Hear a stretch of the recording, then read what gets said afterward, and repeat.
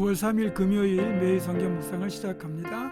오늘 우리가 함께 나눌 말씀은 갈라디아서 1장 11절로부터 24절의 말씀입니다. 갈라디아서 1장 11절로부터 마지막 24절까지의 말씀을 제가 봉독합니다. 형제들아, 내가 너희에게 알게 하노니 내가 전한 복음은 사람의 뜻을 따라 된 것이 아니니라. 이는 내가 사람에게서 받은 것도 아니요 배운 것도 아니요 오직 예수 그리스도의 계시로 말미암은 것이라. 내가 이전에 유대교에 있을 때에 행한 일을 너희가 들었거니와 하나님의 교회를 심히 박해하여 멸하고 내가 내 동족 중 여러 연갑자보다 유다교를 지나치게 믿어 내 조상의 전통에 대하여 더욱 열심히 있었으나 그러나 내 어머니의 태로부터 나를 택정하시고 그의 은혜로 나를 부르시니가 그의 아들을 이방에 전하기 위하여 그를 내 속에 나타내시기를 기뻐하셨을 때에 내가 곧 혈육과 의논하지 아니하고 또 나보다 먼저 사도된 자들을 만나려고 예루살렘으로 가지 아니하고 아라비아로 갔다가 다시 다메섹으로 돌아갔노라. 그 후 3년 만에 내가 게바를 방문하려고 예루살렘에 올라가서 그와 함께 15일을 머무는 동안 주의 형제 야고보 외에 다른 사도들을 보지 못하였노라. 보라, 내가 너희에게 쓰는 것은 하나님 앞에서 거짓말이 아니로다. 그 후에 내가 수리아와 길리기아 지방에 이르렀으나 그리스도 안에 있는 유대의 교회들이 나를 얼굴로는 알지 못하고 다만 우리를 박해하던 자가 전에 멸하려던 그 믿음을 지금 전한다 함을 듣고 나로 말미암아 하나님께 영광을 돌리니라. 아멘. 하나님은요, 우리의 연약함까지도 선하게 사용하시는 분이세요. 바울 사도가 젊은 시절 한때는 교회를 핍박하고 예수를 반대하던 열성분자였다는 건 우리 모두 아는 사실입니다. 그러던 바울이 회심하고 예수를 증거하는 선교사, 복음의 증인이 되었다고 할 때 얼마나 많은 사람들이 놀랐겠습니까? 스님이었다가 회심하고 돌아와 목사가 되신 분도 있잖아요. 특별한 계기로 이렇게 회심하는 분들이 주변에 적지 않겠지만 여러분, 그렇다 하더라도 이 모든 것이 하나님께서 창세전에 미리 정하신 것이라고 15절에 분명히 말씀하고 있어요. 내 어머니의 태로부터 나를 택정하시고 그의 은혜로 나를 부르시니가. 그러면 그렇게 태로부터 택정하신 목적이 단지 영혼을 구원해 주는 데만 있지 않다는 것을 깨닫게 해주는 말씀이 16절에 이어지는 거예요. 그의 아들을 이방에 전하기 위하여. 하나님께서 우리를 구원하신 목적은 우리에게 천국이라고 하는 영원하고 복된 삶을 주시는 걸 원하는 거지만 적어도 그 구원받은 우리가 이 땅에 사는 동안만큼은 우리를 통하여 이루시길 원하시는 하나님만의 계획이 따로 있다는 거죠. 지혜로운 사람은 나를 향하신 하나님의 그 계획이 뭔지를 발견하고 그 길을 순종하며 행하는 사람이에요. 그게 세월을 낭비하지 않는 비결이기도 합니다. 우리에게 주어진 인생은요, 무한하지 않습니다. 어떻게 보면 너무나 짧습니다. 제가 보문중앙교회에 부임한 게 엊그제 같은데 벌써 10년이 지났어요. 여러분 세월이 빨리 갔습니까? 늦게 갔습니까? 점점 더 빨리 갑니다.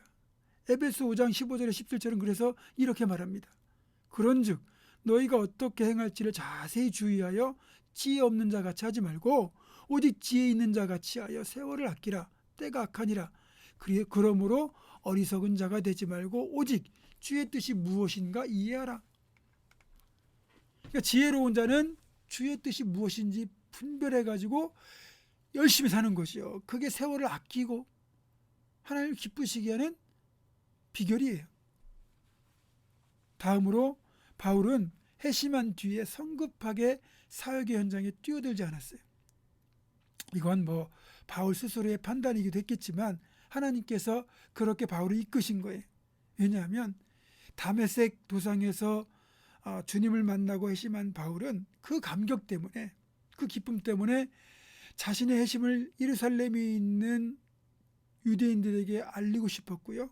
그래서 예루살렘에 가서 사도를 만난 거예요. 하지만 바울의 회심을 의심하는 성도들, 또 바울의 회심을 시기하여 박해하는 유대인들의 공작까지 더해져 가지고 결국 바울은 그 복음을 전하지 못하고 다메섹으로 돌아가서 3년 동안 아라비아 광야에서 기도의 시간을 보냈어야 됩니다. 3년의 준비 기간이 있던 거죠.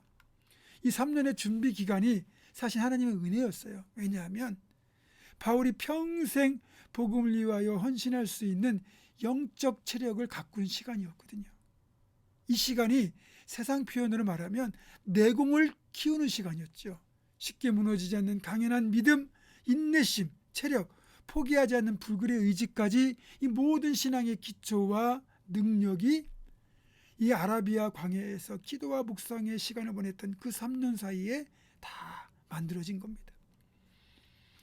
어쩌면 신학대학원 그 커리큘럼이 3년이거든요. 이 3년이 왜 3년일까 생각해 보면 바울처럼 자신을 목회에 헌신할 수 있는 준비 기간으로 삼으라는 뜻 아닐까 그렇게 생각을 합니다. 이 3년을 잘 준비하고 보내면 이후에 목회의 길에서 정말 잘 열매를 맺을 것이고 그렇지 않으면 많이 힘들게 될 겁니다.